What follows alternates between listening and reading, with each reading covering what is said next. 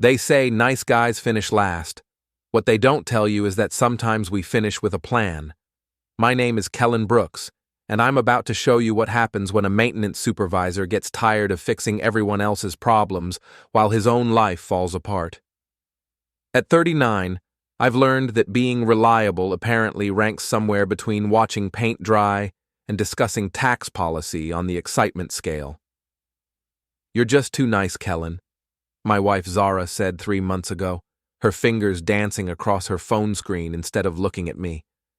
"I need someone with more edge, you know. Someone dangerous." I was replacing the kitchen faucet at the time, our third one in 2 years because she kept complaining about water pressure. The irony wasn't lost on me. Here I was, literally fixing our problems, while she sat there complaining that I wasn't broken enough for her taste. "Dangerous how?" I asked, tightening the connection with my wrench. "Like doesn't pay his taxes dangerous or rides a motorcycle without a helmet dangerous?" She rolled her eyes. "You wouldn't understand. You're too practical." Practical. There's the word that apparently makes women's hearts shrivel up like raisins. Practical means I own our house outright. Practical means our bills get paid on time. Practical means when something breaks, I fix it instead of calling some overpriced contractor who'll charge $300 to do what I can do in 20 minutes. But practical doesn't get your pulse racing, according to Zara. Practical doesn't make you feel alive. You know what makes me feel alive? Watching my security cameras catch my wife sneaking around with some tattooed loser who can't spell responsibility if you spotted him the first 8 letters. Zara Brooks, 36 years old, works in marketing for a local real estate company, spends more time crafting her social media image than she does talking to her husband. She's got that polished look that screams, "I'm too good for this small Midwestern town," all highlighted hair and designer knockoff purses that cost more than my monthly grocery budget. For the past 2 months, she's been working late more often than a presidential candidate in October. Her phone buzzes constantly with messages she guards like state secrets. She started wearing perfume to go grocery shopping and doing her makeup to run errands. I'm not stupid. I install security systems for a living, among other things. When your job involves keeping people safe from threats, you develop a pretty good radar for when something's not right in your own house. The something not right has a name, Liam Red, 32 years old, unemployed more often than not, drives a rust bucket pickup truck that sounds like it's coughing up its transmission. He's got tattoos covering both arms, and the kind of stubble that says, "I don't own a razor," rather than, "I'm going for a rugged look." Liam is what Zara calls authentic. I call him a parasite with commitment issues, but apparently that's why I'm too nice. I discovered their little arrangement the modern way, through technology and good old-fashioned detective work. See, when you maintain buildings for a living, you learn to pay attention to details. A door that's been opened when it should be locked, fresh tire tracks in a driveway, the smell of unfamiliar cologne lingering in your living room. My neighbor Bree Corlin noticed it first. Bree's 42, divorced, works from home doing freelance graphic design, and has the kind of sharp eyes that come from years of watching her own cheating ex-husband. She's become something like the neighborhood's unofficial intelligence network. "Kellan," she said last Tuesday, leaning over the fence while I was working in my garage, "you might want to know that your wife's been having some interesting visitors while you're at work." Visitors? Tall guy, lots of ink, drives a truck that sounds like it's gargling gravel, shows up around 10 in the morning, leaves around 3, very considerate of your work schedule. That's when the pieces clicked into place. Zara's sudden interest in my daily routine, her questions about when I'd be home, her insistence that I shouldn't drop by unexpectedly during lunch breaks because she needed to focus on work projects. Work projects. Right. I spent the next week gathering evidence like I was building a legal case because in a way, I was. Screenshots of her social media activity, timestamps from our home security system, photos of the mysterious truck parked in our driveway, Even recorded some of her phone conversations. Turns out she's not very careful about volume control when she thinks she's alone. "He's so exciting," I heard her tell her friend Monique during one of these calls. "He's got this dangerous energy, you know? Like he could just disappear tomorrow and not care about anything he left behind." Monique, by the way, is Zara's enabler-in-chief. 34 years old, recently divorced herself, and apparently believes that marriage vows are more like marriage suggestions.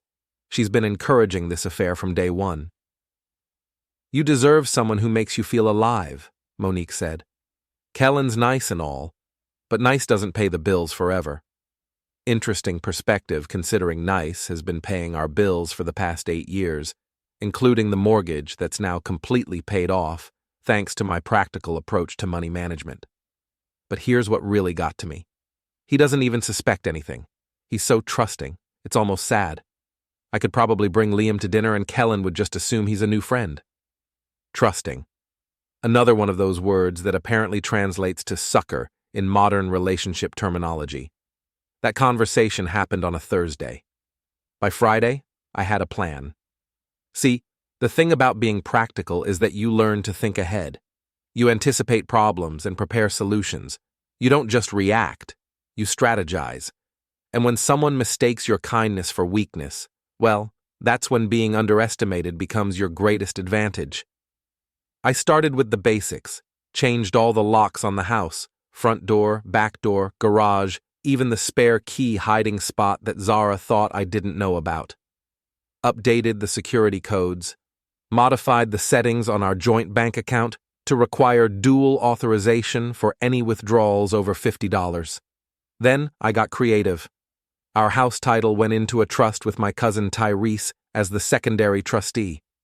Tyrese is 35, works in construction, and has zero patience for cheaters after his own ex-wife cleaned out their savings account and ran off with her personal trainer.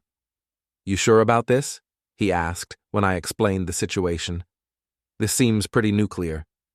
"Tyrese, she's been bringing another man into our bed while I'm at work. Nuclear doesn't begin to cover what I'm planning." Next, I quietly packed up all of Zara's belongings: clothes, shoes, makeup, jewelry, all the stuff she considers essential to her identity. Rented a storage unit across town under Tyrese's name and moved everything there. Left the unit key and a note in an envelope. The note was simple. "Since you've been making yourself at home elsewhere, I thought you might want your things to be closer to your new lifestyle. Storage Unit 47B, Eastside Storage, rent's paid through the end of next month. After that, it's your responsibility, just like everything else should have been." Before we dive deeper into this story, I have one small request. Please subscribe, drop a like, comment, and hit that hype button to boost this channel so more people can discover these incredible Reddit stories. But the real masterstroke was what I discovered while packing her things. Hidden in her jewelry box, underneath the earrings I gave her for our anniversary, I found something interesting. Printed emails between Zara and Monique, discussing their plan to sell my tools and equipment while I was out of town next month for a work conference. Apparently, they figured they could make a quick few $1,000s selling my professional equipment online, then claim it was stolen. Split the money and use it for what Zara called starting fresh fund. That's when I realized this wasn't just about her wanting excitement. This was about her wanting out, and she was planning to take as much as she could on her way through the door. Well, two can play that game. And I've always been better at strategy games than she gave me credit for. The beautiful thing about small towns is that reputation matters. People talk, word spreads, and when you've been the reliable guy for 8 years, the one who plows driveways in winter, fixes neighbors' plumbing emergencies, and never asks for more than a beer and a thank you, people tend to listen when you have something to say. I started laying groundwork. Casual conversations with neighbors, mentions to my boss about some personal challenges at home. Nothing dramatic, nothing that sounded like gossip, just a concerned husband worried about his wife's recent behavior changes. "She's been acting strange lately. I told my boss, Mr. Duffy, during our weekly check-in. Secretive phone calls, unexplained absences, asking weird questions about our finances. I'm starting to wonder if she's gotten herself into some kind of trouble. Duffy's been married for 32 years. He knows the signs. You want some time off to sort things out? No, sir. Work's about the only normal thing in my life right now. But I wanted you to know, in case she tries to contact you with some kind of story. I've got a feeling things are about to get complicated. That conversation happened on a Monday. By Wednesday, I was ready to spring the trap. The plan was elegant in its simplicity. I would wait for Zara to leave for one of her late meetings, follow her to confirm she was with Liam, then return home and implement phase 1 of what I was starting to think of as Operation Reality Check. Wednesday evening arrived right on schedule. Zara spent an hour getting ready for her client dinner, which apparently required a new dress, fresh manicure, and enough perfume to fumigate a small building. "Don't wait up," she said, kissing my cheek with the kind of casual affection that felt like a slap. "This could run pretty late." "No problem. I've got some projects to work on anyway." She grabbed her purse and headed for the door, pausing to check her reflection in the hallway mirror one more time. "Oh, and Kellan? Maybe we should talk this weekend about some changes around here. I've been thinking about what I want going forward." "Changes?" "Just some ideas about how we might both be happier. We'll talk later." And with that, she was gone, leaving behind the faint scent of perfume and the stronger smell of betrayal. I waited exactly 10 minutes, then got in my truck and followed her route. Just as I expected, she didn't go to any restaurant. Instead, she drove straight to the Riverside Motel, the kind of place that rents rooms by the hour and doesn't ask too many questions about who's paying. Liam's rust bucket truck was already there, parked in front of room 12. I sat in my truck for a few minutes, watching the curtained window, feeling something cold and hard settle in my chest. This was it. The moment when too nice Kellan officially retired, and someone much more practical took over. I drove home, parked in the garage, and started making calls. The first call was to a locksmith I'd worked with on several commercial jobs. Emergency service, cash payment, no questions asked about why someone might need their locks changed at 9 o'clock on a Wednesday night. "All of them?" he asked, looking at my list. "Every single one. And I want the old locks completely replaced, not just rekeyed. New hardware, new everything. This is going to cost you. Money's not the issue." While he worked, I made the second call, to the bank's automated system. Joint account holders can place temporary holds on large transactions for security purposes. All it took was a claim of suspicious activity and a request for dual authorization on any withdrawals over $50. By the time Zara came home at 11:30 p.m., smelling like cheap motel soap and trying to act casual, she was already locked out of her own life. She just didn't know it yet. I watched through the security monitor as she fumbled with her key, trying to figure out why it wouldn't work. She tried the back door, then the garage. Finally, she knocked. I opened the door but left the chain lock engaged, creating a gap just wide enough for conversation. "Kellan, what's wrong with the locks?" "Nothing's wrong with them. They work perfectly." "I can't get in." "I know." She stared at me through the gap, and I could see the exact moment when she realized this wasn't an accident. "What's going on?" "How was your client dinner?" "What?" "Your client dinner, the one that ran late. How was it?" Her face went through several expressions: confusion, realization, then something that might have been panic. "Kellan, open the door. We need to talk." "We tried talking. You said you wanted changes." "Well, here's change number 1. I'm done being too nice." "You can't lock me out of my own house." "Actually, I can. See, it turns out that when someone's name isn't on the mortgage, and when they've been planning to steal their husband's property to fund their affair, they don't have as many rights as they think they do." The color drained from her face. "How did you—" Find out? Zara, I install security systems for a living. Did you really think I wouldn't notice my own wife sneaking around? Or did you just figure I was too stupid to put the pieces together? It's not what you think. Room 12 at the Riverside Motel, Liam Red's truck parked outside. You wearing a new dress to meet a client who happens to be unemployed. Yeah, I'm sure I've got it all wrong. She tried a different approach. Look, we can work this out. People make mistakes. We can go to counseling, we can nothing. You made your choice. You wanted someone dangerous and exciting. Well, congratulations. You're about to find out how exciting life gets when you don't have a safety net. I held up the envelope containing the storage unit key. Your things are in Unit 47B at Eastside Storage. Rent's paid through next month. After that, you're on your own. You can't do this. Watch me. I closed the door and turned off the porch light. She stood outside for another 10 minutes, alternating between knocking and calling my name. Then I heard a car door slam and an engine start. Through the security monitor, I watched Liam's truck pull away with Zara in the passenger seat. Phase 1 complete. Thursday morning brought the next challenge. I was barely through my first cup of coffee when my phone rang. Zara, calling from what sounded like a very public place, probably the diner downtown. Kellan, this is ridiculous. You can't just lock me out of my own home. Your home? Funny thing about that, I checked the property records. Only one name on the deed and it's not yours. I've lived there for 8 years. As my guest. Guests who steal from their hosts tend to wear out their welcome. I never stole anything. Really? So those emails about selling my tools while I'm out of town next month, that was just theoretical discussion? Silence. Then, you went through my private things. I packed your private things. There's a difference. And while I was packing, I couldn't help but notice your little business plan. Very entrepreneurial of you, by the way. Selling someone else's livelihood to fund your midlife crisis.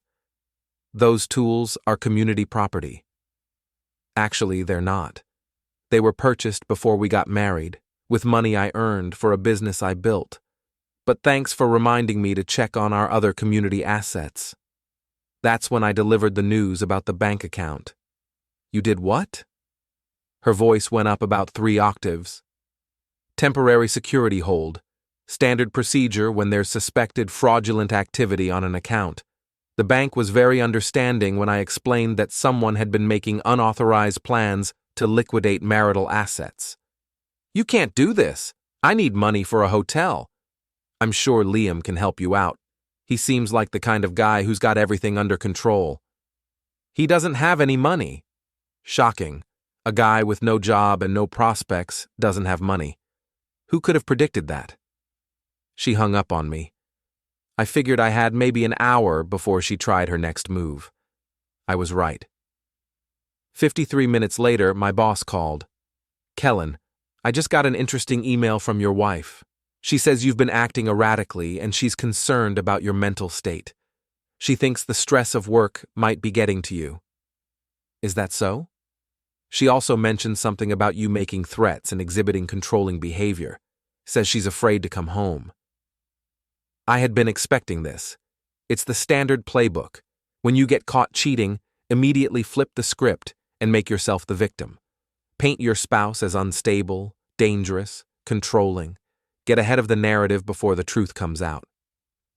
Mr. Duffy, do you remember our conversation on Monday about my wife acting strangely? I do. Well, here's what I didn't tell you then. She's been having an affair for the past 2 months with a guy named Liam Red. I've got photographs, security footage, and recorded phone conversations. She's also been planning to steal my professional equipment and sell it online to fund what she calls her starting fresh fund. Jesus, Kellan. Yesterday, I changed the locks and moved her belongings to a storage unit. Today she's trying to make me look like the bad guy because I won't let her keep using our house as a base of operations for her affair. You got proof of all this? Boxes of it. Photos, recordings, emails, bank records, security footage. I've been documenting everything for weeks. Bring it in. I want to see what we're dealing with. Yes, sir. And Kellan? You did the right thing. I've seen this before. Cheaters always try to make their spouse look crazy when they get caught. It's easier than taking responsibility. That afternoon, I spread everything out on Duffy's desk like I was presenting evidence to a jury. Photos of Liam's truck in our driveway. Security footage timestamps showing Zara leaving and returning at suspicious hours.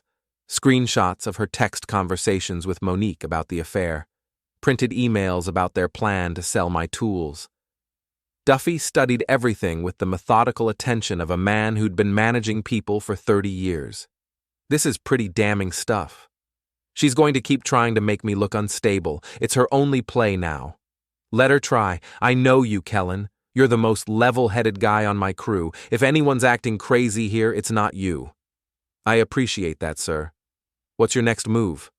Depends on what she does, but I'm done being reactive. From now on, I'm staying 3 steps ahead. I didn't have to wait long to find out what her next move would be. That evening, Bree knocked on my door with a concerned expression and her laptop under her arm. Kellan, you need to see this.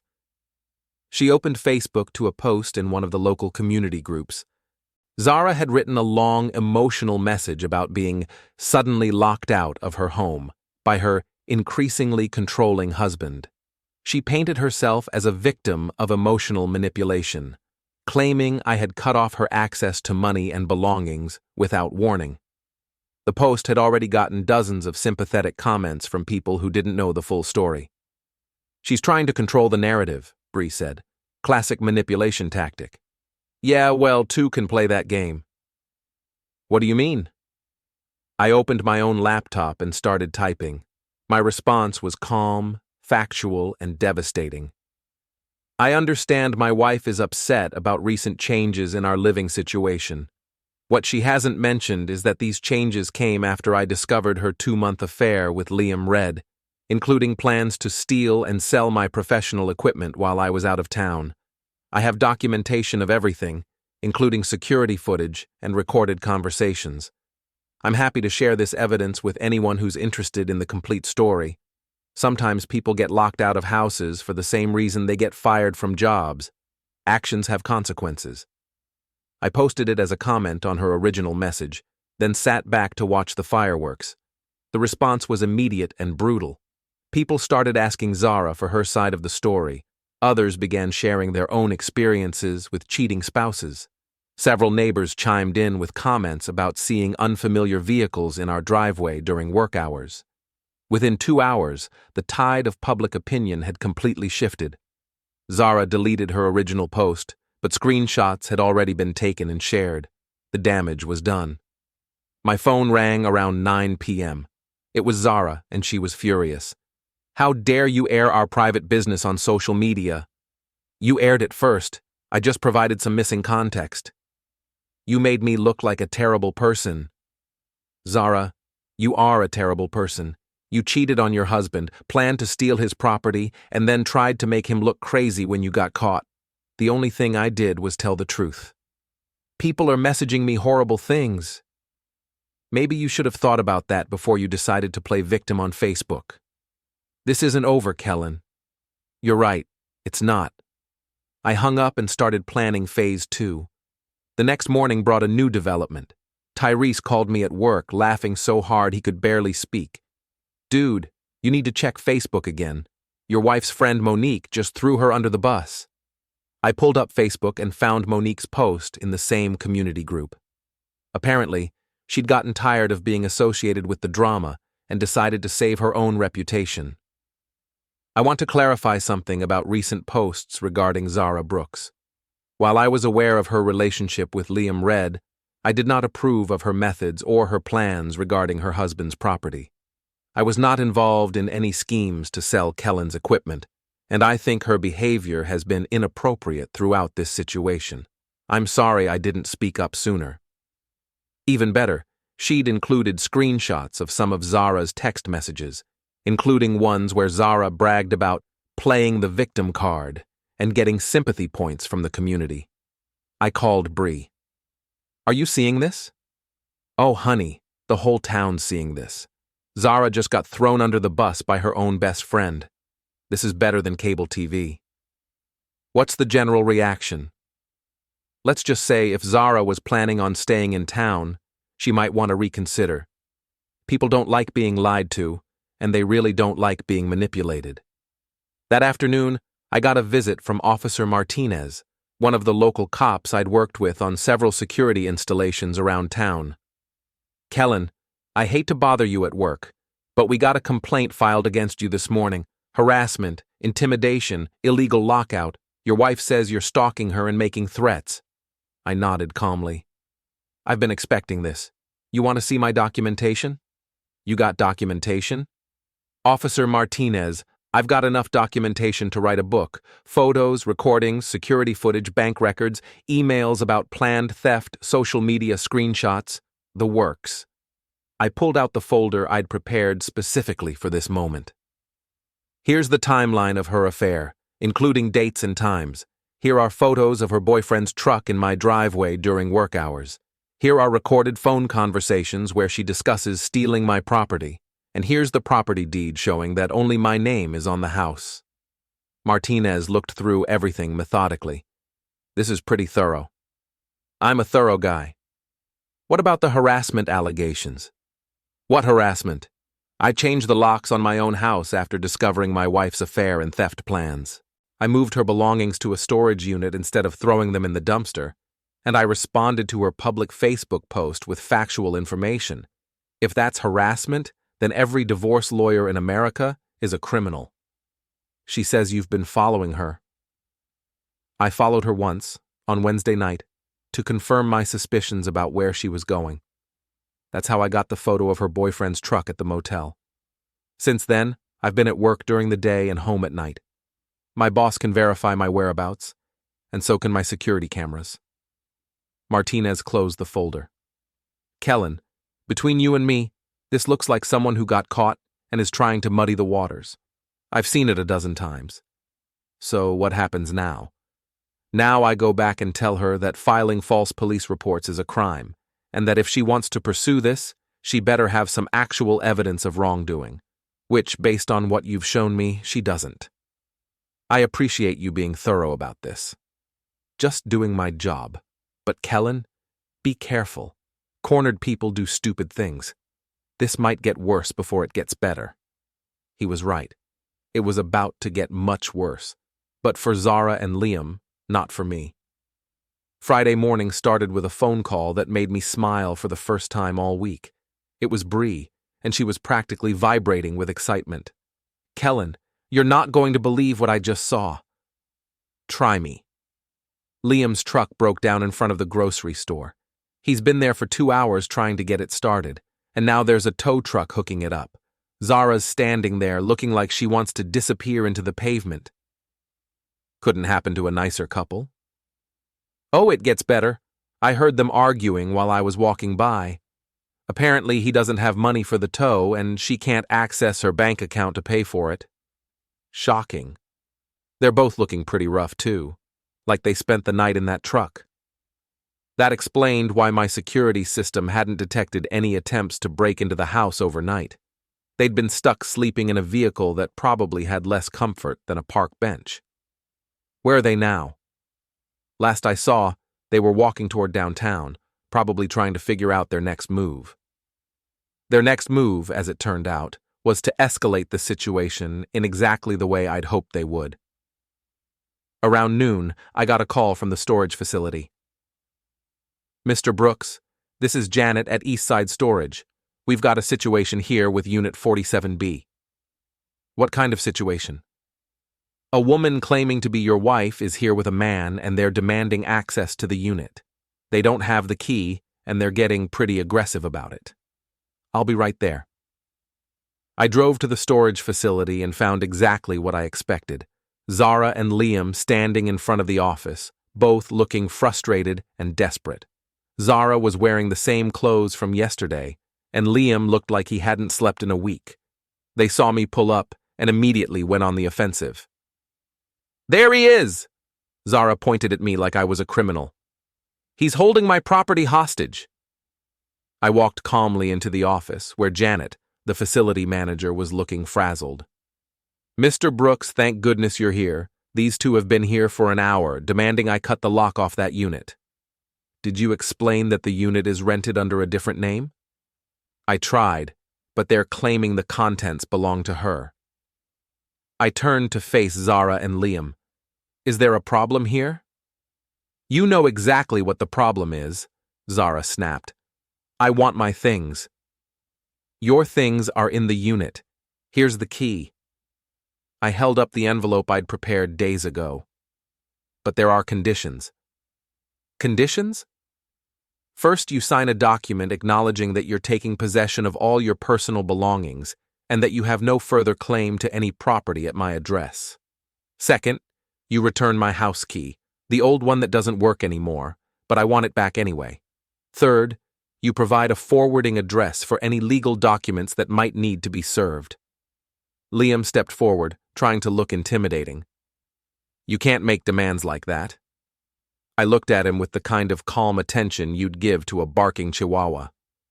"I'm sorry, who are you in this situation?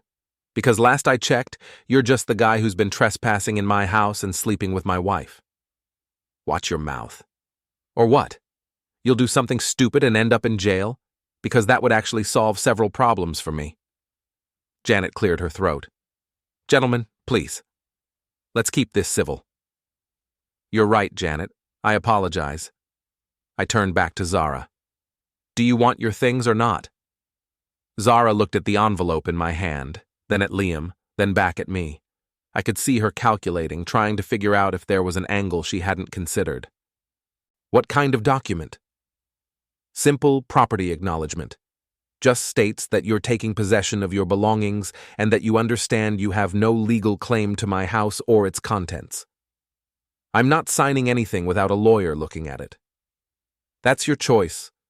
But the storage unit rent runs out in 3 weeks. After that, anything inside becomes the property of the facility." I handed the envelope to Janet. "Hold on to this. If she changes her mind and wants to sign the document, give her the key. Otherwise, I guess she'll have to figure out her wardrobe situation some other way." As I turned to leave, Liam grabbed my arm. "We're not done here." I looked down at his hand on my arm, then back up at his face. "Take your hand off me." "Or what?" "Or I'll have you arrested for assault. There are security cameras here, and Janet is a witness. You really want to add a criminal record to your list of accomplishments?" He let go, but kept glaring. "This isn't over." "You're absolutely right, it's just getting started."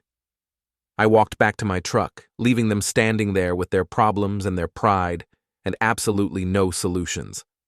That afternoon brought the next phase of their desperation campaign.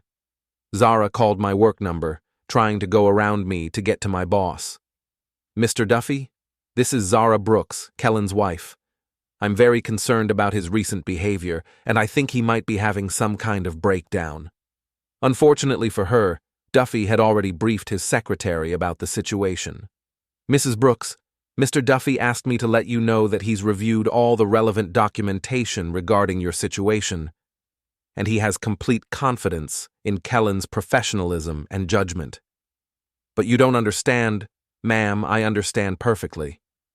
Mr. Duffy also asked me to inform you that any further attempts to interfere with Kellan's employment will be considered harassment and reported to the appropriate authorities." She hung up. An hour later, she tried a different approach. She called the main office of our company, claiming to be a concerned citizen reporting erratic behavior by one of their employees.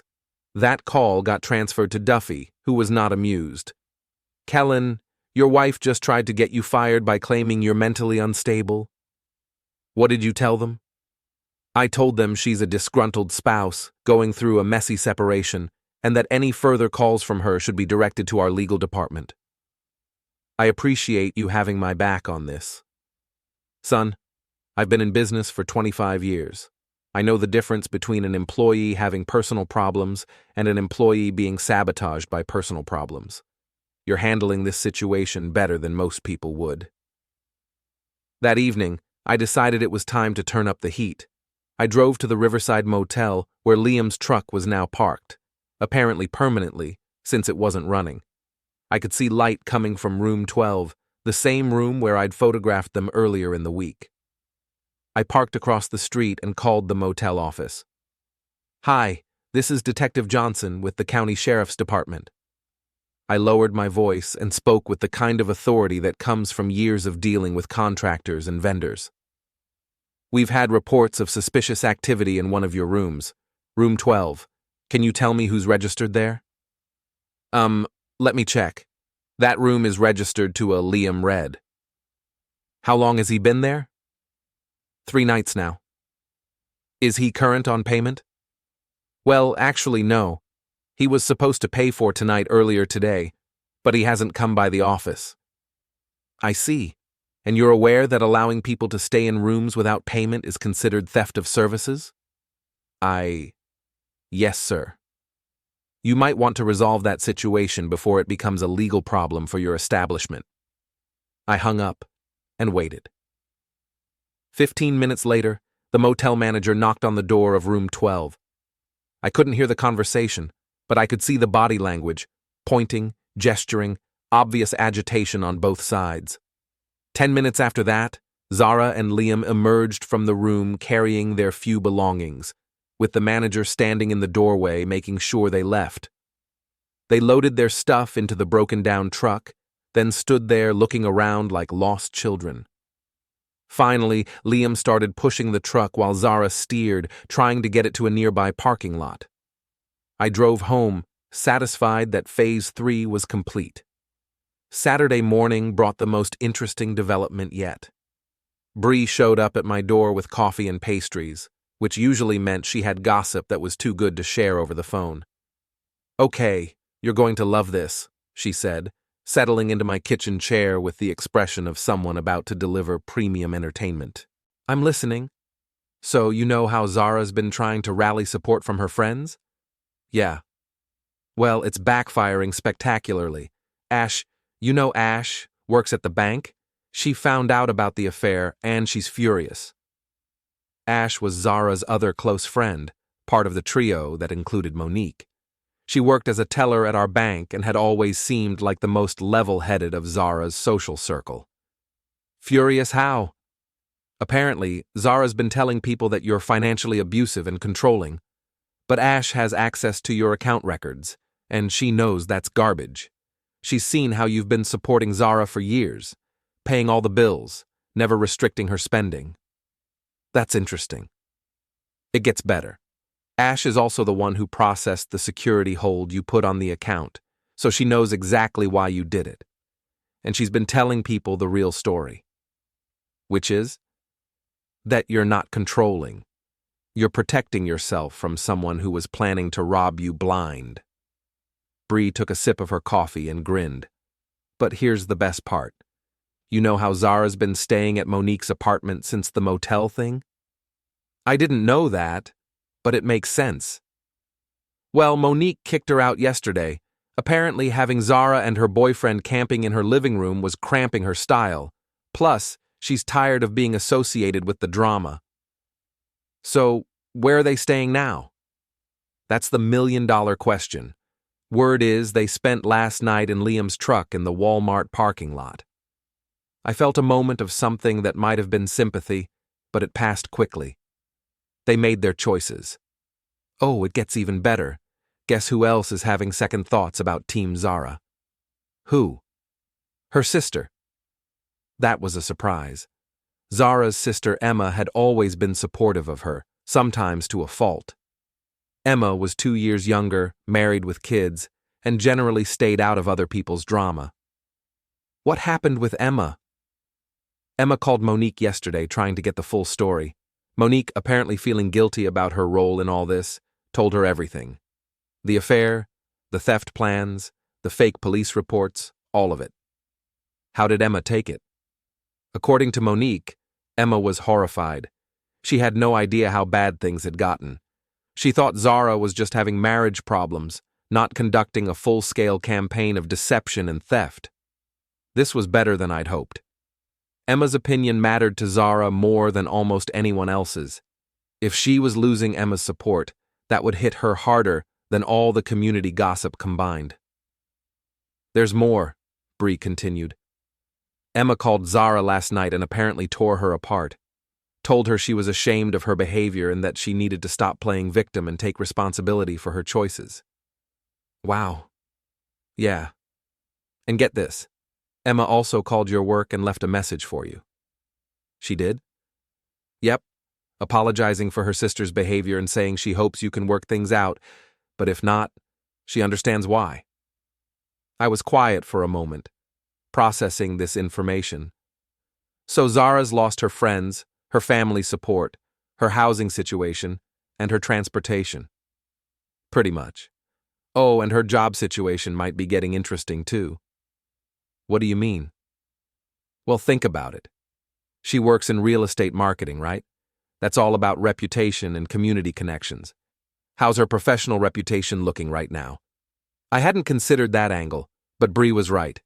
In a small town, your personal reputation and your professional reputation were often the same thing.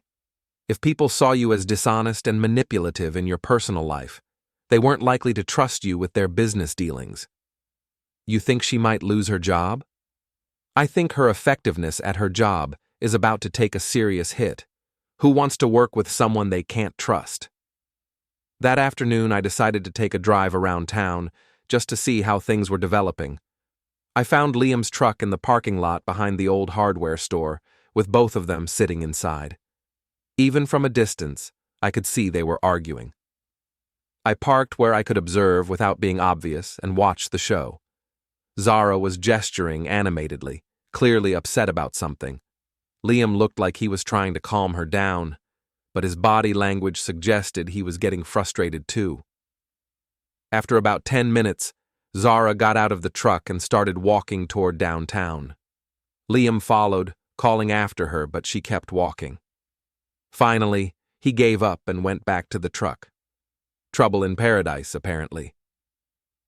I drove home and spent the rest of the afternoon working on projects around the house. For the first time in months, I was actually enjoying being home. The tension that had been hanging over everything was gone. The house felt peaceful again. That evening, my phone rang. It was a number I didn't recognize. Kellan? This is Emma, Zara's sister. Hi, Emma. I got your message at work. Thank you for that. I owe you an apology. I had no idea what Zara was doing. If I had known... You don't owe me anything, Emma. This isn't your fault. I feel terrible. I've been supporting her, telling her she deserved to be happy, not knowing she was cheating and lying and planning to steal from you. You were being a good sister. That's not something to feel bad about. I just want you to know that not everyone in our family thinks what she did was okay. What she's doing now, trying to make you look like the bad guy, it's not right. I appreciate you saying that. Is there anything I can do? I mean, I know it's probably too late to fix things between you two, but maybe I can talk to her, get her to stop making things worse. I thought about that for a moment. Emma, I think Zara needs to figure out for herself that actions have consequences. She's spent the last week trying to avoid responsibility for her choices. Until she's ready to face reality, nothing anyone says is going to matter. You're probably right. But Kellan, for what it's worth, I think she's going to regret this for the rest of her life. You were good to her, and she threw it away for someone who can't even keep a truck running. After I hung up, I sat in my living room, looking around at the house I'd worked so hard to build and maintain. Everything was exactly as it should be. Clean, organized, peaceful. Outside, I could hear Bree's dog barking at something in the yard next door. Normal neighborhood sounds, normal life continuing as it should. My phone buzzed with a text message from an unknown number. This isn't over. You think you're so smart, but you have no idea what's coming. I screenshot the message and added it to my documentation file. Then I blocked the number and went back to watching the evening news. Let them plan whatever they were planning. I'd been 3 steps ahead of them so far, and I wasn't about to stop now. The next phase was going to be the most satisfying yet. Sunday morning brought an unexpected visitor. I was working in my garage when a police cruiser pulled into my driveway. Officer Martinez got out, but his expression was more amused than serious. "Morning, Kellan. Got a few minutes?" "Always have time for you, Officer Martinez. What's going on?" "Well, we had an interesting incident last night. Someone reported a break-in attempt at this address around 2 a.m. I raised an eyebrows. "Really? My security system didn't register anything." "That's because there wasn't actually a break-in attempt.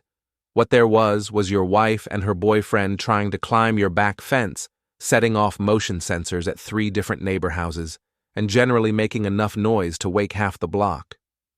"You're kidding." "I wish I was.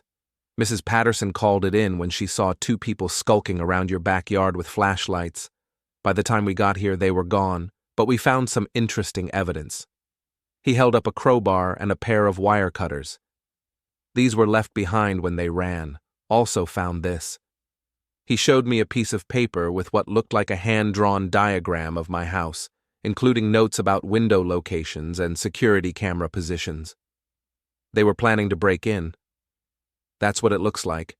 Problem is, we didn't catch them in the act, so we can't arrest them for attempted burglary, but we can add this to the growing file of evidence about their behavior."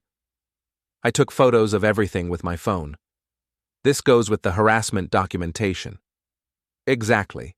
Also, Kellan, you might want to know that we've had 3 more complaints about them in the past 2 days." "What kind of complaints?" "Trespassing at the storage facility. Apparently they went back and tried to cut the lock off that unit, disturbing the peace at the Riverside Motel, and theft of services at Murphy's gas station. They filled up a gas can and drove off without paying. Sounds like they're getting desperate. Desperate people make stupid choices. You be careful." After Martinez left, I called Tyrese. "We need to talk. Can you come over?" He arrived an hour later with his toolbox and a grim expression. Bree filled me in on what's been happening. "You think they're going to try something?" "I think they already tried something. Martinez was just here showing me evidence of their attempted break-in last night." "What do you want to do?" "I want to make sure they understand that escalating this situation is not in their best interest." We spent the morning upgrading my security setup, additional motion sensors, better lighting, and a few creative modifications that would make any future break-in attempts both unsuccessful and embarrassing. "You sure about this?" Tyrese asked as we installed the final component. "They want to play games? Let's play games." That afternoon, I took a drive to scout their current situation. The hardware store parking lot was empty, no sign of Liam's truck. I checked the Walmart parking lot, the motel, even the library. Finally found them at the park on the edge of town, sitting at a picnic table looking like they were having an intense discussion. I parked where I could observe and pulled out my phone to record. Even from a distance, it was clear they were arguing. Zara kept pointing in the direction of my neighborhood, while Liam shook his head and gestured at his broken-down truck. After about 20 minutes, they got up and started walking. I followed at a distance, curious about where they were headed. They walked to a run-down apartment complex on the other side of town. Liam knocked on a door, and after a brief conversation with whoever answered, they were let inside. I made a note of the address and drove home. That evening, my upgraded security system got its first test. Around 10 p.m., motion sensors detected someone approaching the back fence. I pulled up the live camera feed on my phone and watched as 2 figures crept across my backyard toward the house. They were being more careful this time, staying low and moving slowly. But they hadn't counted on the new infrared cameras that could track them even in complete darkness. I watched them approach the back door and start working on the lock with some kind of tool. That's when I activated the first surprise. The motion-activated sprinkler system I'd installed that afternoon came to life, soaking both of them with ice-cold water. They jumped back, startled, but didn't run immediately. That's when I activated surprise number 2. The security lights blazed on, illuminating the entire backyard like a football stadium. At the same time, a recorded message began playing through the outdoor speakers. "Attention trespassers, you are being recorded. The police have been notified. Please leave the premises immediately." They ran. But the best part was that I'd set up cameras at the fence line, so I got perfect footage of both of them scrambling over the fence, soaking wet and clearly identifiable. I called Martinez. "Officer, this is Kellan Brooks. I've got 2 trespassers on camera attempting to break into my house. They just fled, but I have clear video evidence." "We'll be right there." 20 minutes later, Martinez and his partner were sitting in my living room, watching the security footage on my TV. "That's definitely them," Martinez confirmed. "Clear faces, clear intent, clear evidence of attempted burglary." "What happens now?" "Now we go pick them up. You want to press charges?" "Absolutely." "Good. This should be enough for arrest warrants." They left, and I settled in to wait for the next development. It came sooner than I expected. Around midnight, my phone rang. It was Zara, calling from what sounded like a very noisy place. "Kellan, you have to help me." "Help you with what?" "Liam's been arrested. They came to his sister's place and took him away in handcuffs. I don't have anyone else to call." "Zara, he was arrested because he tried to break into my house. For the second time, with a crowbar. It wasn't supposed to happen like that. We just needed some of my things." "Your things are in a storage unit. You have the key. All you had to do was sign a simple document." "I can't afford a lawyer. The bail is $5,000. "That sounds like a personal problem." "Please, Kellan. I know things got messed up between us, but we were married for 8 years. That has to count for something." I was quiet for a long moment, listening to the background noise of wherever she was calling from, probably a bar based on the music and voices.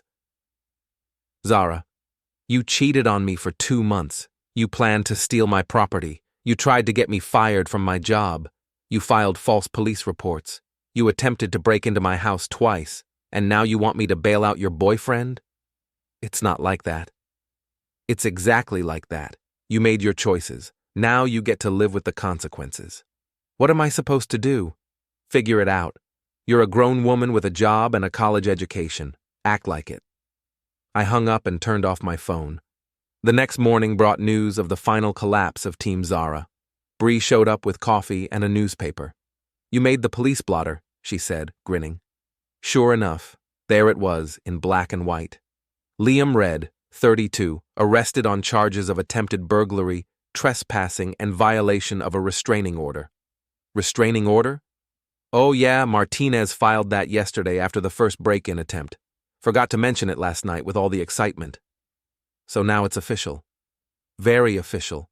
And get this, Zara's job situation just got a lot more complicated. What happened? Well, turns out her boss reads the police blotter. And having an employee whose personal life involves arrest warrants and break-in attempts isn't great for a real estate company's reputation. She got fired? Not fired exactly, but she's been put on administrative leave while they review the situation, which is corporate speak for, "We're going to let this blow over and then quietly let you go." I felt a moment of something that might have been sympathy, but it passed quickly. She brought this on herself. Oh, absolutely. But it gets better. Guess who else is having second thoughts about their life choices? Who? Liam's sister. Apparently having the police show up at your house to arrest your brother for attempted burglary is not great for family relationships. She kicked him out? Before he even got arrested. Told him she was tired of his drama and didn't want him bringing trouble to her door. So when he gets out of jail, he's got nowhere to go. No job, no money, no transportation, and now no family support. That afternoon, I got a call from a number I didn't recognize. "Mr. Brooks, this is Detective Sarah Wilson with the County Sheriff's Department. I'm calling about the charges against Liam Red." "Yes?" "Mr. Red's attorney is trying to work out a plea deal. He's willing to plead guilty to trespassing in exchange for dropping the burglary charges." "What does that mean for me?" "Well, it means he'd probably get probation instead of jail time. But it also means he'd have to stay away from you and your property as part of the plea agreement." "And if I don't agree to the plea deal?" Then we go to trial on the attempted burglary charges, which carry much stiffer penalties if he's convicted. I thought about it for a moment. Detective Wilson, what would you recommend? Honestly, take the plea. He'll still have a criminal record, he'll still be on probation, and he'll still be legally required to stay away from you. Plus, you won't have to spend time in court testifying. Okay, I'll accept the plea deal. Good choice. Oh, and Mr. Brooks? Between you and me, this guy's life is pretty much ruined anyway. No job, no money, no place to live, and now a criminal record. The plea deal is just making it official. That evening, I was working in my garage when Zara appeared at the end of my driveway. She looked terrible. Unwashed hair, wrinkled clothes, the kind of exhaustion that comes from sleeping in uncomfortable places. Kellan, we need to talk. No, we don't. Please, just 5 minutes. Against my better judgment, I walked to the end of the driveway but stayed on my side of the property line. What do you want, Zara? I want to apologize. I know I messed up. I know I hurt you. But this has gone too far. Has it? Liam's in jail. I lost my job. I'm sleeping in my car. Don't you think that's enough? Enough for what? Enough punishment for making a mistake. I stared at her for a long moment. Zara, you didn't make a mistake. You made a series of deliberate choices over a period of months. You chose to have an affair. You chose to lie about it. You chose to plan theft. You chose to file false police reports. You chose to try to break into my house, twice. I was confused. I wasn't thinking clearly. You were thinking clearly enough to plan selling my tools while I was out of town. You were thinking clearly enough to coordinate your story with Monique. You were thinking clearly enough to try to get me fired from my job. She started crying. What do you want from me? I don't want anything from you. I want you to leave me alone and figure out your own life. I don't have anywhere to go.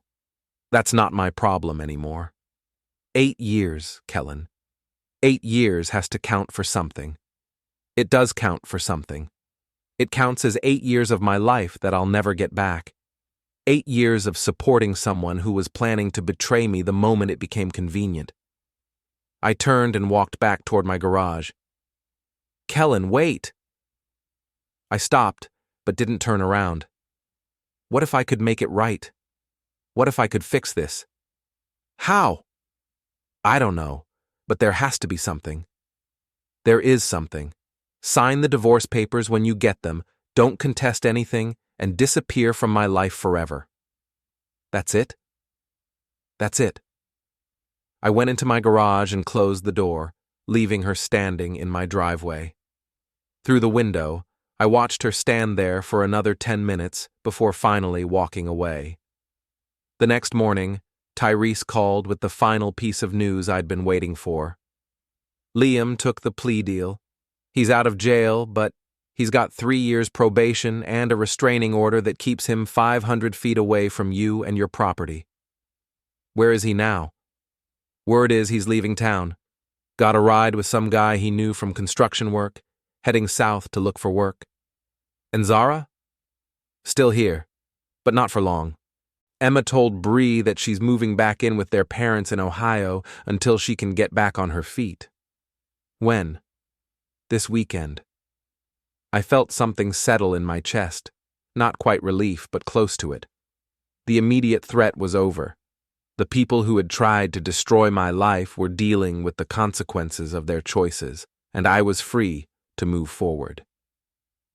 That afternoon, I did something I hadn't done in months. I sat on my front porch with a beer and actually enjoyed the quiet of my neighborhood. Bree came over around dinner time with a bottle of wine and a smile. So, she said, settling into the chair next to mine. How does it feel to win? I thought about that for a moment.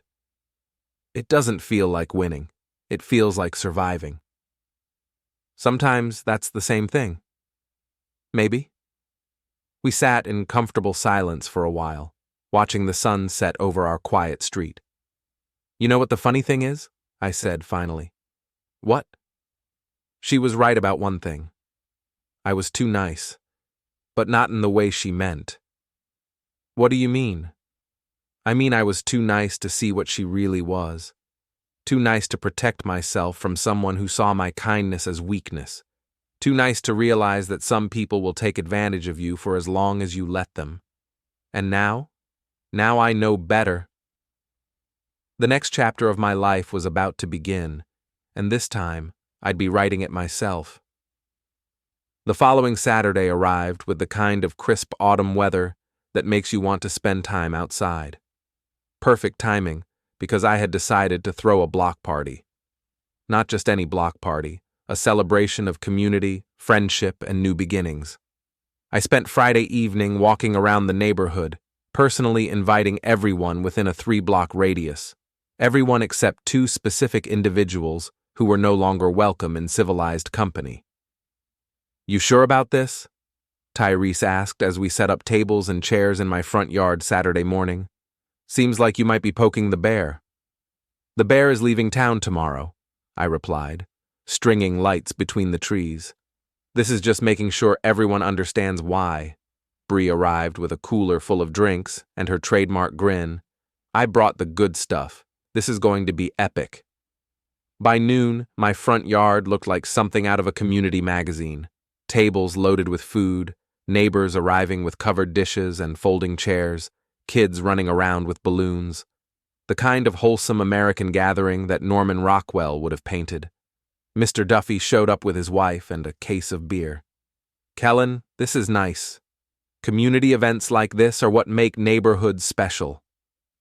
That's exactly what I was thinking, sir. Officer Martinez stopped by in his patrol car, not for any official reason, but because he lived 2 streets over and had gotten an invitation like everyone else. Great turnout, he said, accepting a plate of barbecue. Haven't seen the neighborhood come together like this in years. People like having something to celebrate, I said. Around 2 p.m., when the party was in full swing, I spotted them, Zara and Liam, walking down the street toward my house. They'd cleaned up since I'd seen them last, Zara in a dress I recognized from our closet, Liam in clothes that actually fit properly. They stopped at the edge of my property, looking at the crowd of neighbors eating, laughing, and clearly enjoying themselves. I could see them talking, probably trying to decide whether to approach or retreat. I made the decision for them. "Excuse me, everyone," I called out, standing up and raising my voice just enough to get attention. "I want to thank you all for coming today. It means a lot to have neighbors who care about community and looking out for each other." The crowd quieted down, sensing that something significant was about to happen. Some of you know that I've been going through some personal challenges lately. My wife decided she wanted a different kind of life, and she chose to pursue that life while still married to me and living in my house. I could see Zara's face go pale from across the yard. Now, I'm not one to air personal business in public, but when that personal business starts affecting the whole neighborhood, police visits, break-in attempts, harassment of local businesses, I think it becomes everyone's concern. Murmurs rippled through the crowd. People were turning to look at Zara and Liam, who were still standing at the edge of the property like deer caught in headlights. So I want to take this opportunity to set the record straight and to thank all of you for your support during this difficult time. I pulled out my phone and connected it to the portable speaker I'd set up for music. I've got some audio recordings I'd like to share, just so everyone understands what we've all been dealing with. The first recording was Zara's phone conversation with Monique about the affair. He's so exciting. He's got this dangerous energy, you know? Like he could just disappear tomorrow and not care about anything he left behind. Gasps from the crowd. Someone said, "Oh my God." The second recording was their discussion about selling my tools. We could make a quick few $1,000s selling his professional equipment online, then claim it was stolen, split the money, and use it for starting fresh fund. Now, the crowd was getting angry. These were working people who understood the value of professional tools and the violation of stealing someone's livelihood. The third recording was Zara talking about me. He doesn't even suspect anything. He's so trusting, it's almost sad.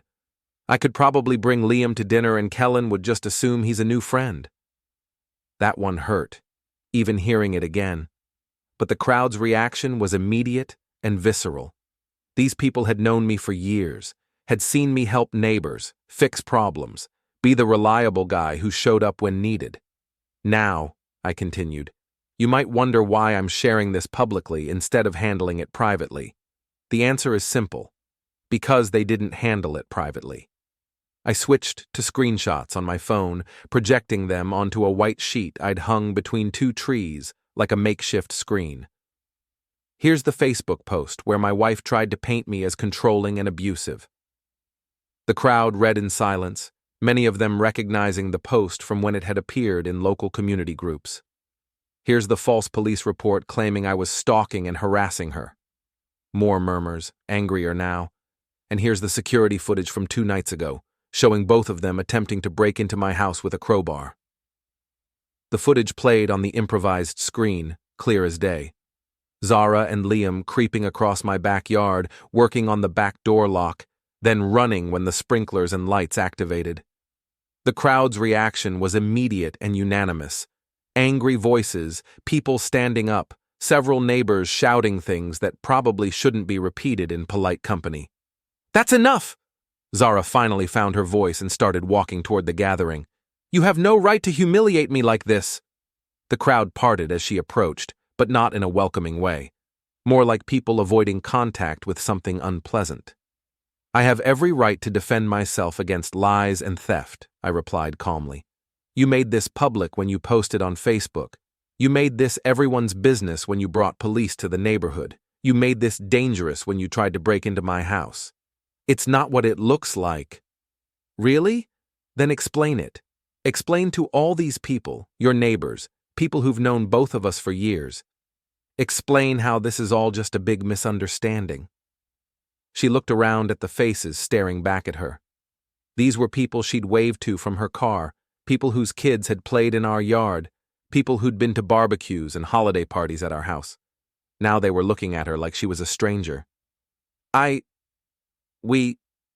Things got complicated. Complicated? Mrs. Patterson, the elderly woman who lived across the street, stood up with the help of her walker. Honey, complicated is when you can't decide what to make for dinner. This is just plain wrong. You don't understand what it's like being married to him, Zara said, desperation creeping into her voice. He's controlling, he's manipulative. Stop. The voice came from an unexpected source, Emma, Zara's sister, who had apparently arrived while I was playing the recordings. Just stop. Emma walked through the crowd and stood facing her sister. Zara, I've heard the recordings. I've seen the evidence. These people aren't stupid, and neither am I. Emma, you're supposed to be on my side. I'm on the side of truth, and the truth is that you cheated on your husband, planned to steal his property, and then tried to destroy his reputation when he wouldn't let you get away with it. The crowd was silent now, watching this family drama play out in real time. Kellan supported you for 8 years, Emma continued. He paid the bills, maintained your house, put up with your complaints and your demands, and never once raised his voice or his hand to you. I know this because I was here. I saw how he treated you. But nothing. You threw away a good man for someone who can't even keep a truck running. And now you want to play victim because there are consequences for your choices. Liam, who had been standing silently through all of this, finally spoke up. This is insane. We don't have to listen to this. You're right, I said. You don't. There's the street. Feel free to use it. He took a step forward, trying to look intimidating. You think you're so smart, don't you? Smarter than someone who tries to burglarize a house with security cameras. Officer Martinez, who had been watching from the edge of the crowd, stepped forward. Mr. Red, I'd strongly suggest you remember the terms of your probation. Liam stopped moving. The restraining order meant he wasn't supposed to be within 500 feet of me or my property. Being here, at my house, in front of a police officer, was a violation that could send him back to jail. As a matter of fact, Martinez continued, you being here right now is a problem. You need to leave, immediately. This is a public street. This is a private residence, and you're in violation of a court order. Move along before I decide to arrest you." Liam looked around at the crowd of hostile faces, then at Zara, then back at Martinez. Finally, he turned and walked away, muttering something under his breath that nobody could quite hear. Zara watched him go, then turned back to face the crowd. "This isn't over, Kellan." "Yes, it is." My voice was quiet but carried clearly across the yard. "It's been over since the moment you chose him over the life we built together. Everything that's happened since then has just been cleaning up the mess. I loved you." "No, you didn't. You loved what I provided. The house, the security, the stability. You loved having someone to take care of problems while you focused on yourself, but you never loved me." "That's not true. If it's not true, then explain why you're here with him instead of trying to work things out with me. Explain why your first instinct was to lie and steal instead of having an honest conversation about what you wanted." She opened her mouth to respond, then closed it. Around us, the crowd waited in silence. Finally, she spoke, and her voice was barely above a whisper. "I don't know." "I do," I said. "It's because taking responsibility is harder than playing victim. Fixing problems is harder than running away from them, and building something real is harder than chasing fantasies." I looked around at the crowd of neighbors, friends, and community members who had supported me through this ordeal. These people understand that. They understand that relationships, families, and communities are built on trust, honesty, and mutual respect. They understand that when you violate that trust, there are consequences. Zara looked around the crowd one more time, seeing nothing but disapproval and disappointment in the faces that had once been friendly. "I'm leaving town tomorrow." "I know." "I'll sign whatever divorce papers you want me to sign." "I know that too." She stood there for another moment, probably hoping for some sign of forgiveness or reconciliation. When it didn't come, she turned and walked away, following the path Liam had taken down the street. The crowd watched her go in silence. Then, gradually, conversations resumed. People went back to their food and drinks. But the energy had changed. There was a sense of resolution, of justice served and community protected. Mr. Duffy came over and put his hand on my shoulder. "That was hard to watch, son, but it needed to happen." "Yes, sir, it did. You handled it well, kept your dignity, stuck to the facts, let the truth speak for itself." Officer Martinez approached with a serious expression. "Kellan, I need to ask, do you think there's any chance they might try something before they leave town?" "I doubt it. Liam's smart enough to know he can't afford another arrest, and Zara's too focused on getting out of here to risk making things worse. Still, keep your security system active and call if you see anything suspicious." "Will do." As the afternoon wore on, neighbors began sharing their own stories about Zara and Liam's behavior over the past few weeks. Mrs. Patterson talked about seeing them going through trash cans behind houses. The Johnsons mentioned finding cigarette butts in their backyard after seeing two people jumping their fence one night. Even the mailman, who had stopped by for a burger, mentioned that Zara had been asking him questions about my mail delivery schedule. "It's like they were casing the whole neighborhood," Bree observed. "Not just planning to rob you, but looking for opportunities everywhere." "Desperate people do desperate things," I said. "Well, they're someone else's problem now." The party continued until well after sunset, with neighbors reluctant to leave. There was something cathartic about the whole experience, like a community that had been holding its breath was finally able to exhale. As people began cleaning up and saying their goodbyes, Emma approached me. "Kellan, I want to apologize again for my sister's behavior, and I want you to know that if you ever need anything, a character reference for the divorce, someone to testify about what kind of person you really are, I'm here." "Thank you, Emma. That means a lot. She's going to regret this for the rest of her life. Maybe. But that's not my concern anymore." What is your concern? I looked around at my neighborhood, my house, my life that I'd worked so hard to build and protect. Moving forward, building something better, making sure this never happens again. Good for you. After everyone left, I sat on my front porch with Tyrese and Bree, sharing a beer and watching the quiet street. So, Tyrese said, what's next? Next, I file for divorce on Monday.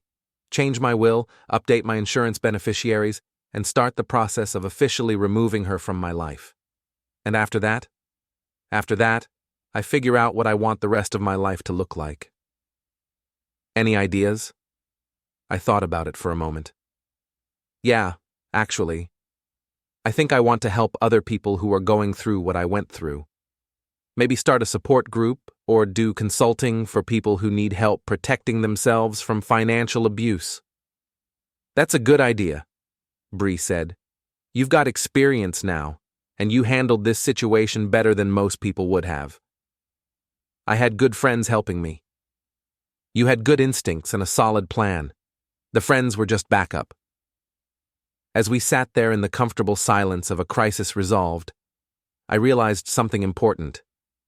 I wasn't the same person who had been changing that kitchen faucet 3 months ago, listening to my wife complain about my being too nice. I was still nice. I still believed in helping people, being reliable, doing the right thing. But I was no longer naive about the fact that some people would take advantage of those qualities if you let them. The difference between being nice and being a pushover, I'd learned, was boundaries and consequences, and the willingness to protect yourself when someone tries to destroy the life you've built. Tomorrow, Zara would be gone. Liam was already gone. The drama, the lies, the constant tension, all of it would be someone else's problem. But I would still be here, in the house I'd worked to pay off, surrounded by neighbors who respected me, with a job I was good at, and friends who had my back. Sometimes, nice guys don't finish last. Sometimes, they just finish alone, which turns out to be a lot better than finishing with the wrong person. The final confrontation was still to come, but as I sat there on my porch, I knew I was ready for whatever came next. Sunday arrived gray and stormy, with the kind of weather that makes you want to stay inside and avoid human contact. Perfect conditions for what I expected to be the final act of this drama. I spent the morning double-checking my security system and making sure everything was documented and backed up. Photos, videos, recordings, bank records, everything that told the complete story of the past few months. By noon, I had multiple copies stored in different locations, including one set with my lawyer and another with Tyrese. Around 2 p.m., Bree called with an update. They're loading stuff into Emma's car. Looks like the great departure is actually happening. Both of them? Just Zara. Haven't seen Liam since yesterday when Martinez ran him off. Good. Maybe this will end quietly after all. I was wrong. At 6 p.m., just as the storm was really getting started, my security system chimed with a motion alert. I pulled up the camera feed and saw a familiar figure stumbling across my backyard in the rain. Liam. Alone, soaking wet, and clearly intoxicated. I watched him approach the back door and start working on the lock with what looked like a screwdriver. This time, there was no stealth involved. He was making enough noise to wake the neighbors, cursing loudly every time the tool slipped. I called Martinez. Officer, this is Kellan Brooks. Liam Red is currently attempting to break into my house. He's violating his restraining order and his probation. We're on our way. Are you in immediate danger? No, I'm safe inside, but he's drunk and getting more aggressive. Stay inside and keep recording. We'll be there in 5 minutes. I activated all the security features I'd installed, lights, sprinklers, and the recorded warning message. But this time, Liam didn't run. He just stood there in the blazing light and spraying water, shouting at my house. Come out here, you coward. You think you're so smart, hiding behind your cameras and your lawyers. I opened the back door but stayed inside, speaking through the screen.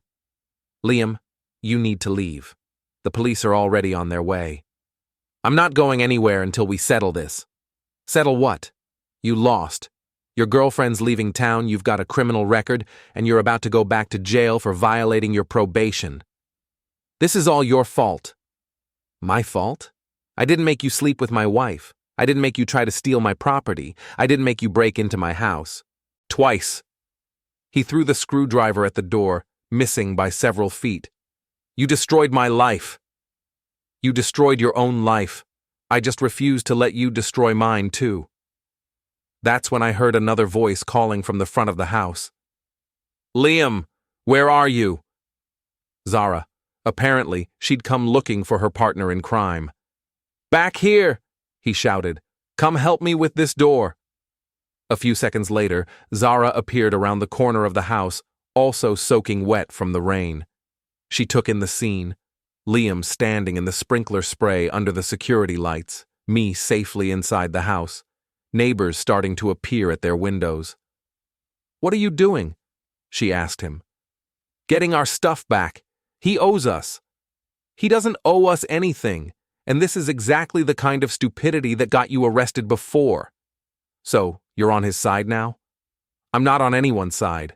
I just want to get out of this town and start over somewhere else. Without me? The truth hit him like a physical blow. I could see it in his face, the realization that Zara was planning to leave without him.